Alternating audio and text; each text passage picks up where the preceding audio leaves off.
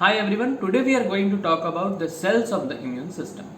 So what are the different kinds of cells that take part in the immune system? So first we are going to start with multipotential or the pluripotential hematopoietic stem cells. The pluripotent hematopoietic stem cell is able to generate different kinds of cells. This means the hematopoietic stem cell is able to generate many kinds of cells. So this hematopoietic stem cell that is present in the red bone marrow, that is responsible for the generation of different kinds of cells. So what are the different kinds of immune cells? So before the generation of different kinds of immune cells, we are first going to talk about the two different precursor immune cells from which all other immune cells are born.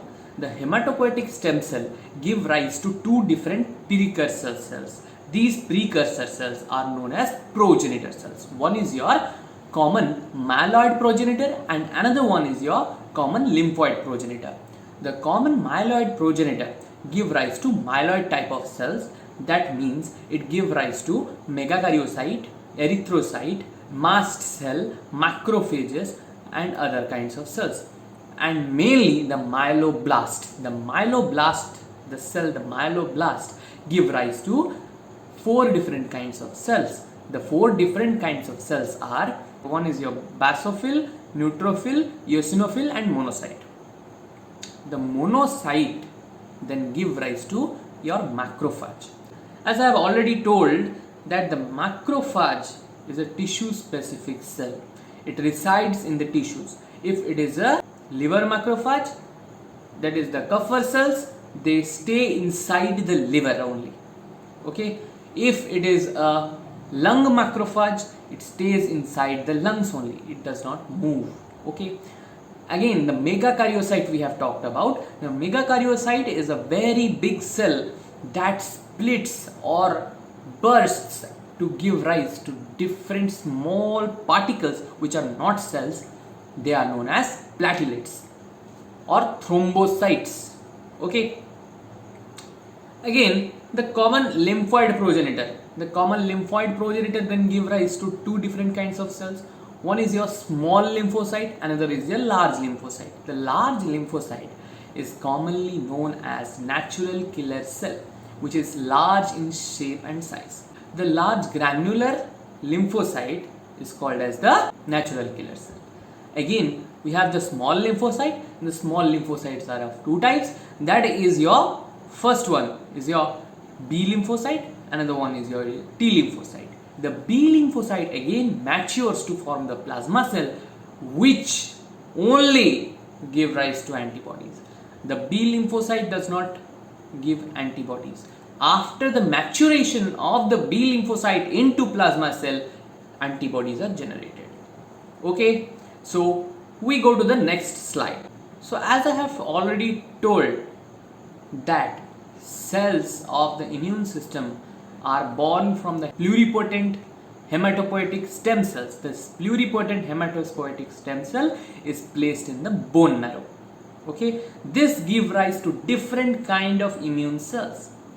And upon differentiation to specific mature lymphoid and myeloid cell types, the cells, the leukocytes, the various leukocytes exit the bone marrow and either circulate in the bloodstream until they reach their destination, or until they are required, or until they die, as in case of granulocytes, or they migrate to the peripheral tissues and differentiate further under the influence of tissue specific factors.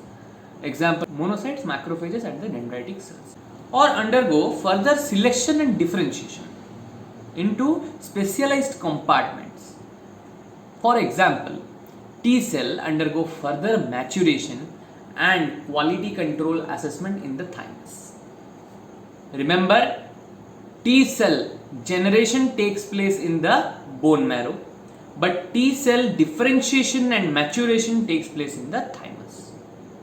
Okay, thymus is the only organ where T cell differentiation and maturation takes place. the T cell differentiation into T regulatory cell, the natural killer T cell, NK T cell, the T cell differentiation into the cytotoxic T cell or TH cell. All these differentiations takes place in the thymus. The myeloid cells comprise the majority of the innate immune system. So next we come to macrophage and mast cells. The macrophage or mast cells are not quite different but are somehow same, okay, in nature. Okay, they are tissue resident cells. I have already told that. Tissue resident means they are specific for a specific tissue and they do not move from one tissue to other. They the particular macrophage is present in a particular tissue. This shows very less or no movement at all. It is the first immune cells to detect infection. Why? Because these are the immune cells that are present everywhere in every tissues.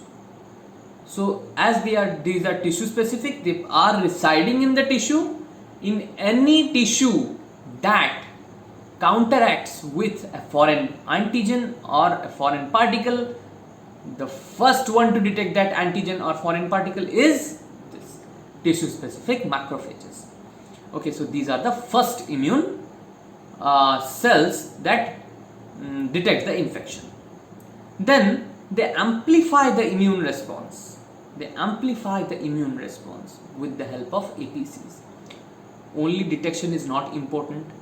If we get a viral attack or if we get a bacterial attack, then only detection of the bacteria or detection of a foreign particle is not at all important, but also reporting it. Suppose we get a thief caught by a police station. We get a thief caught by a police station. But the thief is deadly. It is dangerous.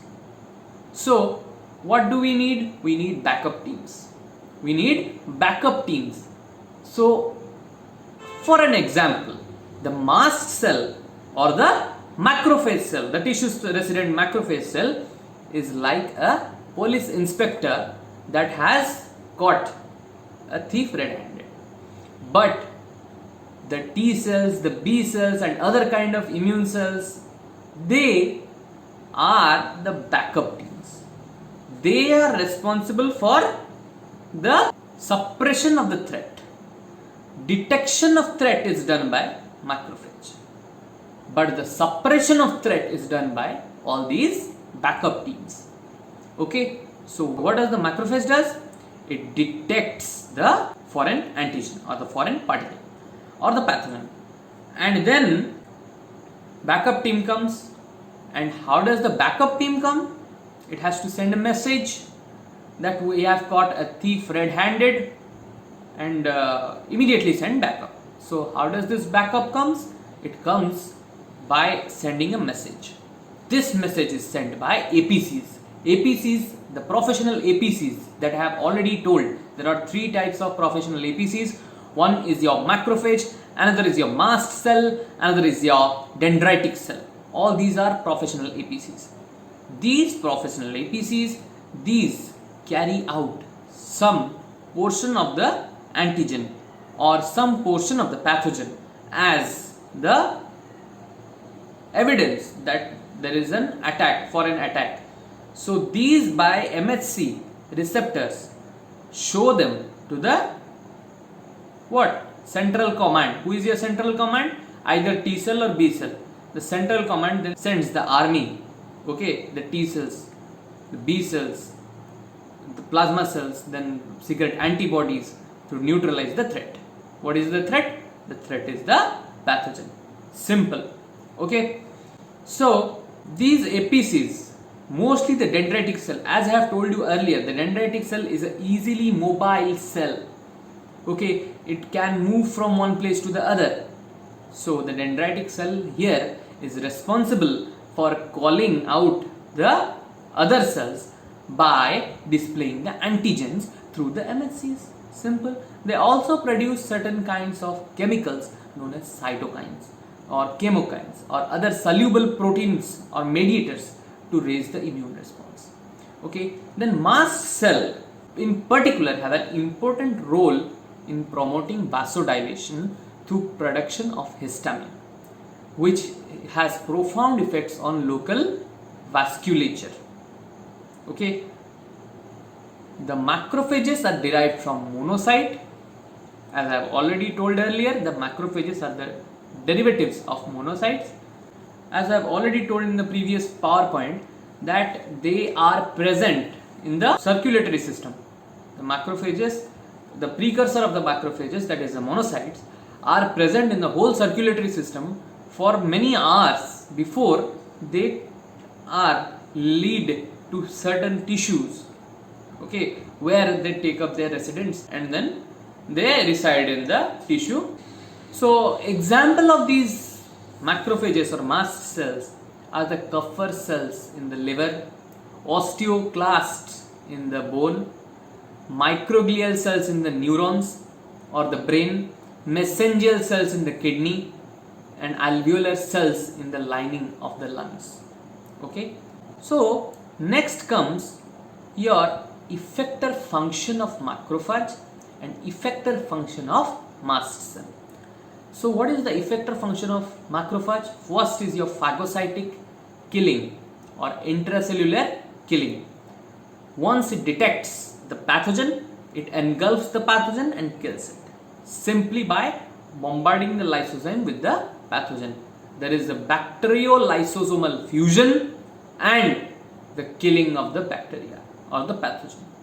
Then another function is cytokine production. Okay, cytokines, these are chemical messengers that send chemicals to other cells, the nearby cells. Okay, so these nearby cells get activated and respond due to the pathogen encounter, and hence immune response is developed further. Then antigen presentation is done through these macrophages, as it is an APC, I have already told. Then net formation occurs. What net formation occurs? Different macrophages from that particular tissue comes closer together and turn into a mesh or net-like structure to obstruct the pathogen and capture it. Okay, so let us take an example of TB. Okay, the TB bacteria get surrounded by the net or mesh-like structure of these macrophages to prevent the bacteria to grow, replicate in number and to spread. Okay, so this TB bacterium, that is the Bacillus tuberculosis, this is suppressed by this net formation. This particular structure that is formed, that is the net that is formed, is known as granuloma. Granuloma, the term granuloma is very important because it is a golden signal that a TB is resident, that is a person is having TB. So how it is known a person is having TB? We have one active TB and another one is your latent TB. In case of latent TB, the person actually has the TB, that is your Bacillus tuberculosis, in its lung, but the immune system has suppressed it anyhow, and this has suppressed it by the help of macrophages, the net formation of the macrophages. Okay, so this net formation of macrophages has a very tight bonding. The net is formed and this bonding results in the accumulation of the macrophages inside the lungs everywhere, and this accumulation is in circular or round structure around the bacterium, and this helps in the detection of latent TB. Suppose a person is having latent TB, the detection is possible of having a latent TB is by doing the X-ray of the lungs. The X-ray report of the lungs gives the full idea that a person is having latent TB or not. Okay, latent TB means the TB bacteria is inactive, but it is there. The TB bacteria is inactive, but it is there. It is not dead. It is inactive, but it is there.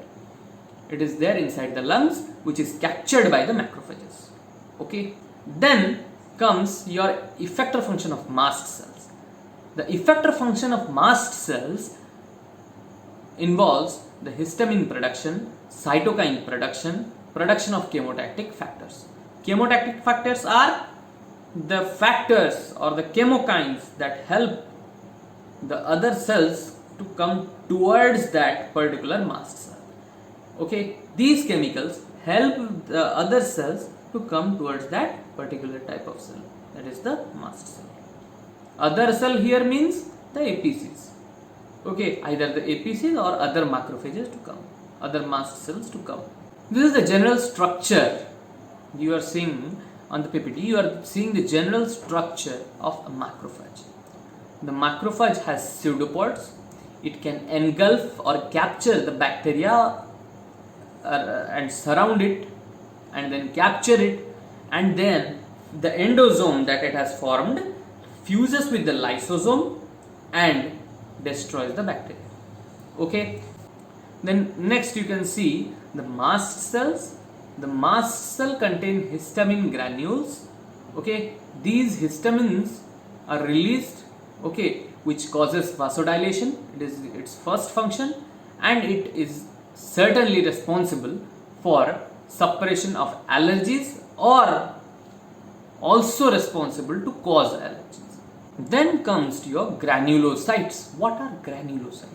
Granulocytes are of three different types. First is your neutrophil, another is your basophil, another is your eosinophil.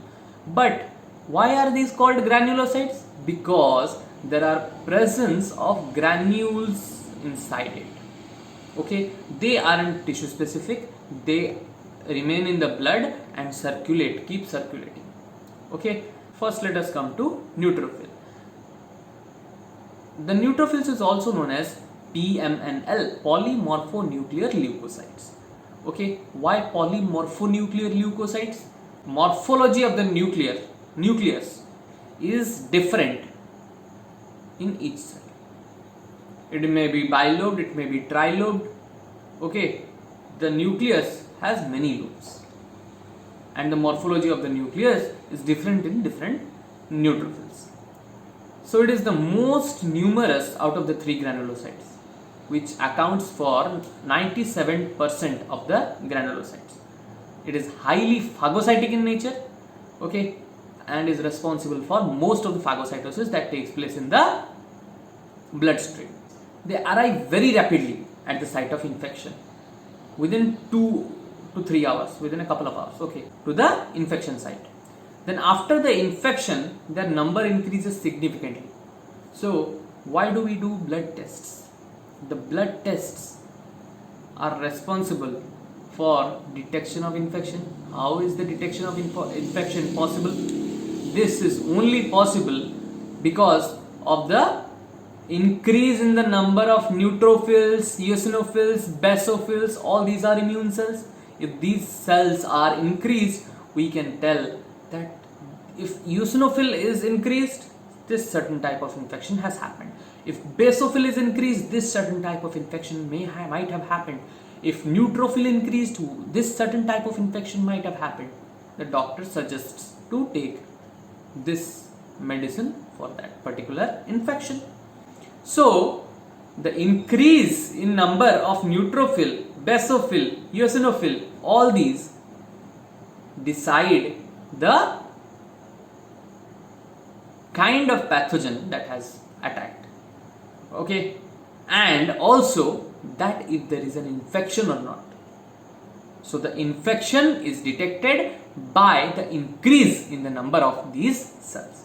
The effector function of neutrophil are phagocytosis, intracellular killing. Phagocytosis is a method of intracellular killing by engulfing into endosome, and then endosomal fusion of lysosome, endolysosome fusion takes place, and then the killing of the bacteria takes place. Then again degranulation, this is called as extracellular cleaning. Cleaning means killing, okay, extracellular killing. So this extracellular killing is done by this degranulation. The granules, okay, the granules contain histamines. They kill the extracellular bacteria. This extracellular killing is done by degranulation. Then net formation also occurs by these neutrophils, then cytokine production takes place. So these are the different functions, okay, that are taking place in a neutrophil. Then let us come to basophil and eosinophils. These basophils and eosinophils have more specialized roles.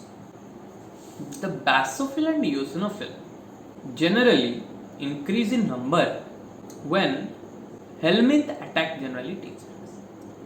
Helminth or a large parasite attack takes place, which is not phagocytosable. This means which cannot be phagocytosed by the macrophages. So here the helminth is such a big in size and it is a multicellular organism. So how can a simple macrophage eat that? It is impossible. So what happens? The basophil and eosinophil come into play. They contain granules that contain histamine, DNases, proteinases, proteases, peroxidases, cytotoxic proteins, again other types of lysosomal proteins. These help in the killing of these helminths or parasites. Okay. So since these worms are large in size, they cannot be phagocytosed and hence macrophages and neutrophils cannot act upon them. Okay, they are attacked by bombardment of these granules that takes place by basophils and eosinophils. The degranulation process occurs. The granules are released by the basophils and eosinophils directly onto the parasite and then the killing of the parasite takes place. They are important source of cytokines such as IL-4. Then effector function of eosinophils and basophils. The eosinophil function is generally, okay, mainly the parasite attack. Eosinophil and basophil function is mainly the parasite attack. Then again, they help in the degranulation and extracellular killing. I have already told that. Then histamine production, it is also very important. Then cytokine production is also very important to call the other cells that are present nearby. So here is the structure of eosinophil and what are the functions, what are the cytokines released. Okay, these are shown in the boxes here.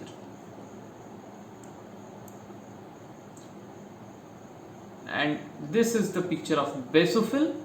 Okay, it is also multi-lobed cell and contains small granules. Okay. Then come to dendritic cells. Dendritic cells were among the first immune cells to be recognized. It is a major conduit between innate and the adaptive immune system. Conduit means it is the bridge or linking cell between an adaptive and the innate immune system, because it plays both important role in the adaptive and innate immune system. Innate immune system, it acts as a phagocytic cell, but in case of adaptive immune system, it acts as an APC, which is responsible for the activation of the T cell and B cell. These dendritic cells have multiple long cellular processes called as dendrites. Okay, this is why it is named as dendritic cell. So the multiple long cellular processes called the dendrites are nothing but simply long arms like structures that are helpful for the capturing of pathogens, first point, and is also helpful for the mobility. Although most of the diseases are phagocytic, the disease means the dendritic cells are phagocytic in nature and are similar to macrophages, but sometimes they undergo transition from a highly phagocytic cell to a lowly phagocytic cell. Okay, sometimes they go into transition from a highly phagocytic cell to a lowly phagocytic cell.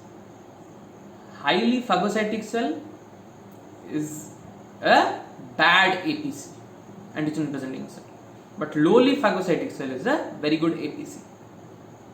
So it undergoes transition from a highly phagocytic cell to a lowly phagocytic cell and a very good APC. And this APC, okay, is highly migratory in nature.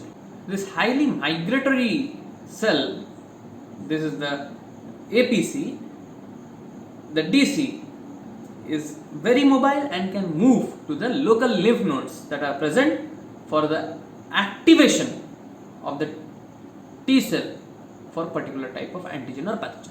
Okay, so it is known as the best APC, and the effector function of dendritic cell is, first is your antigen processing and presentation to the T cells. Processing means when a pathogen is engulfed, it is processed, the antigen is processed, the particular antigen that is to be presented is processed and then it is presented through the MHC particle.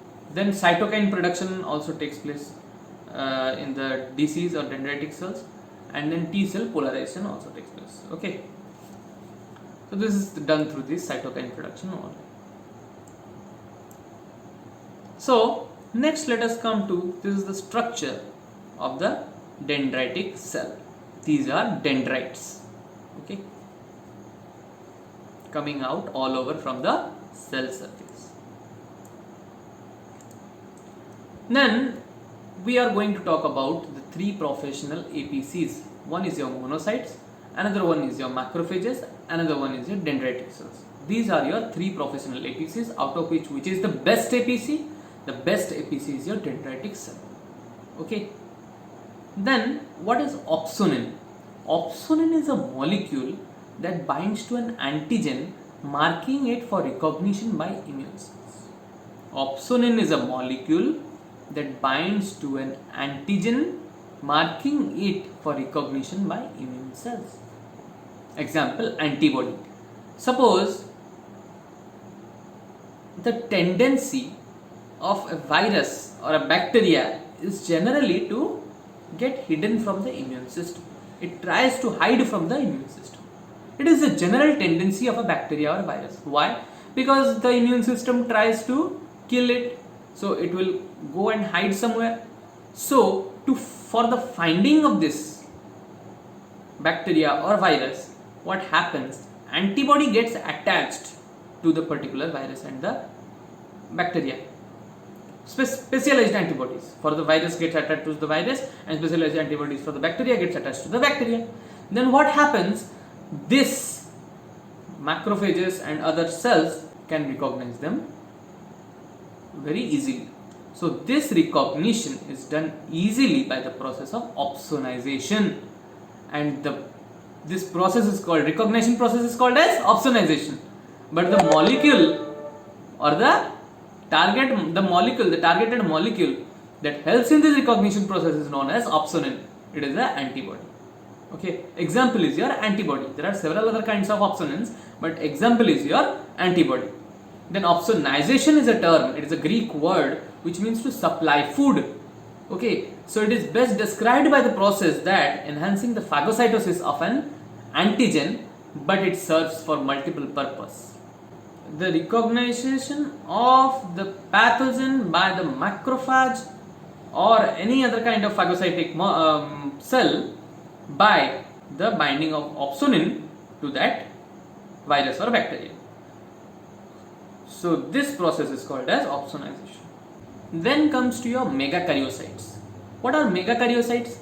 Megakaryocytes are large myeloid cells that reside in the bone marrow.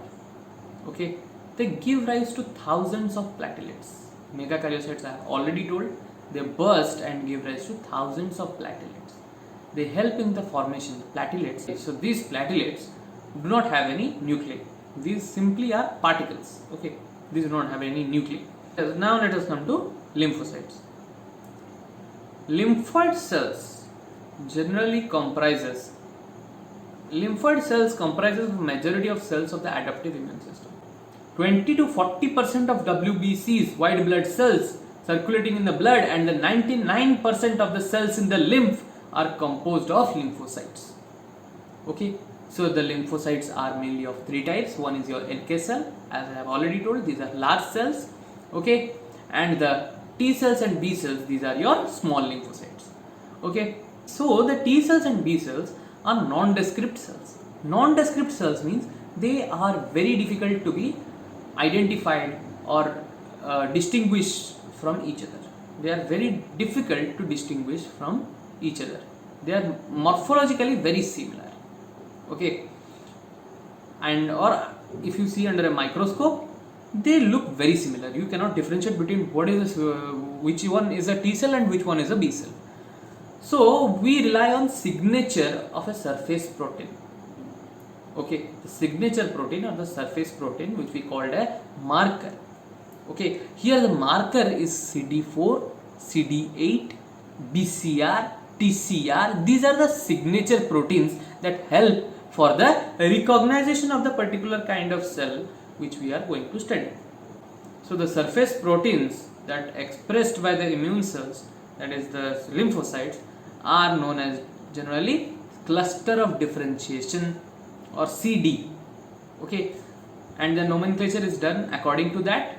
The CD4, CD8, okay, these cluster of differentiation, these help in the differentiation of the cell, and hence we have certain proteins or markers that help in the recognition of the cell, either it is CD4 T cell or CD8 T cell or it is a B cell. Then let us come to, in addition to this CD surface signature proteins, B and T cells also have, I told that BCR and TCR, B cell receptor and T cell receptor. These receptor proteins also act as signature molecules for the detection of B cell and T cell, but the differentiation between the T cell is done on the basis of the cluster of differentiation, that is, if it is CD8 then it is CD8 type of cell, if it is CD4 plus then it is CD4 type of cell, okay. The TCRs only recognize processed piece of antigen, okay, typically peptides, which are presented to them by a particular type of APC. The TCR only recognize particular type of antigens or peptide molecules that are presented to the TCR with the help of MSC molecules of APCs, okay. I have told already earlier. The MSC molecules are glycoproteins and are of two types, MSC1 and MSC2, MSC class 1 and MSC class 2, okay. These are expressed by the APCs. Then NK cells. NK cells are closely related to B and T cells, okay. These cells do not express antigen specific receptors and are part of the innate immune system. These constitute about 5 to 10% of the lymphocytes, the NK cells. The NK cell, what they do, they differentiate between what are normal cells and what are abnormal cells, which should be killed. In our own body system, almost all cells have MHC class 1 molecule as their surface protein, but those cells that do not express this MHC molecules as their surface proteins, okay, are to be killed because they are abnormal cells.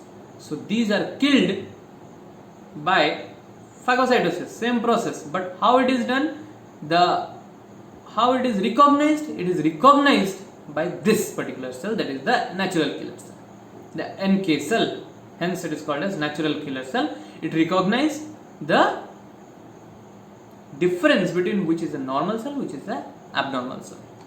Then there are primary lymphoid organs and there is secondary lymphoid organs. What are the primary lymphoid organs?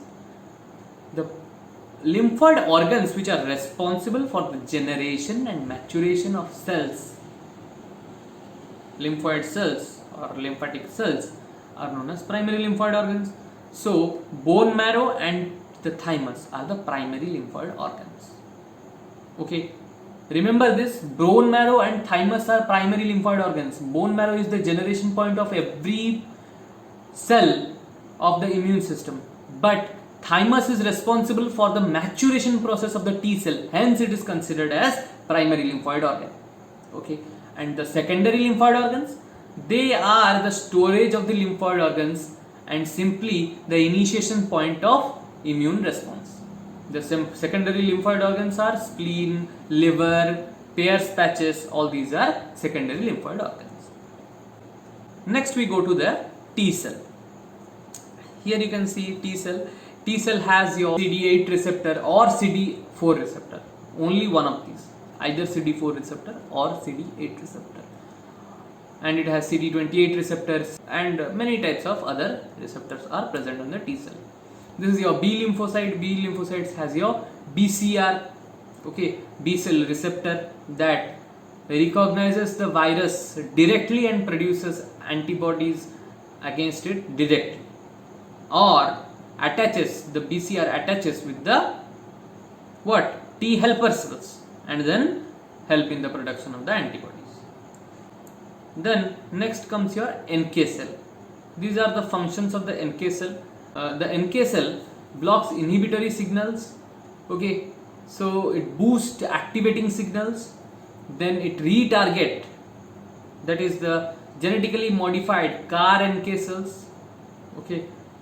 We'll be studying it in later classes about CAR T cells. It is the newest form of cure for cancer, okay, the CAR T cell.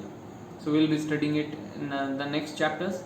Then the remaining challenges, that are the induction of memory NK cells following vaccination, then targeting of the regulatory NK cells to improve humoral immune response. These are all the functions of the NK cells. Okay, so this much about today's class of the cells of immune system. In the next class, we'll be studying more about the immune system. Thank you.